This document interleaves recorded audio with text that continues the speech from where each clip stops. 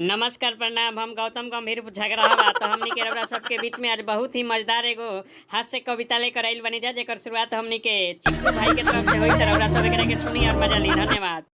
भोरे भोरे भोरे सपना में आके केहू झकझोरल। ए गंभीर भाई, भोरे सपना में आके केहू झकझोरल, आ हिया आंगनवा में नेहिया के बछरू डोरल। लागल केहू नहा धोवा के नदी से निकलल जाता, लागल केहू नहा धोवा के नदी से निकलल जाता।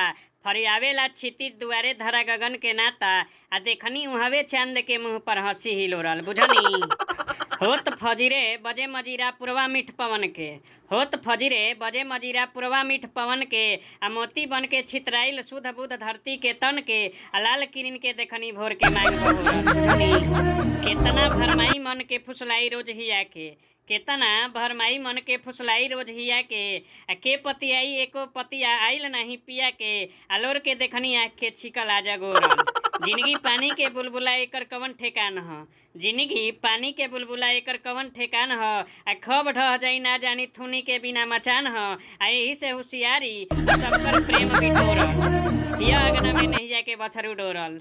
भर ठेहुन केहू से ना तन को केकरो से बैर, भर ठेहुन केहू से ना तन को केकरो से बैर, आ बनी कबीरा मांगी साथ सकारे सबकर खाएर, आ धर्म हवे सबकर बोली मैं अमृत घोरल, आ भोरे भोरे सपना में आके केहू झकझोरल। बुझनी गंभीर भाई, जवाब दी।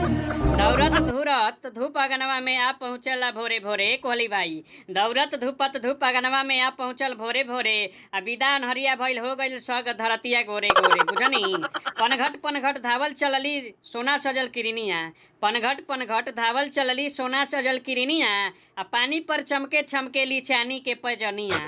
सुतल नहिया जागे बिहसेला नैना के कोर कोर, सुतल नहिया जागे बिहसेला नैना के कोरे कोर, आ कली कली के गाल छुए त उनकर परान जागे, आ भावरा के तन पनियाला त चंचल मनवा लागे। पाँख लगा के सतरंगी सपना मारेला जोरे जोर, पाँख लगा के सतरंगी सपना मारेला जोरे जोर, आ बंदरी का घूंघट से देखी कबो कबो जब झाके, आ हिया हिया हरखे सावन में लजा लजा जब ताके। सूरज के संदेश कहेली काने सबका थोरे थोर, सूरज के संदेश कहेली काने सबका थोरे थोर, आ चाल हिरनिया के चलते चलते सझिया जब था के, आ रतिया के मांगे सिंदूरी रंग भर के माँ के, आ रूप देखो ही चान के तन मन सन के लागे पोरे पोर, आ दौड़त ऊपर तक में आ पहुँचल भोरे भोर। बुझनी सब्सक्राइब करे।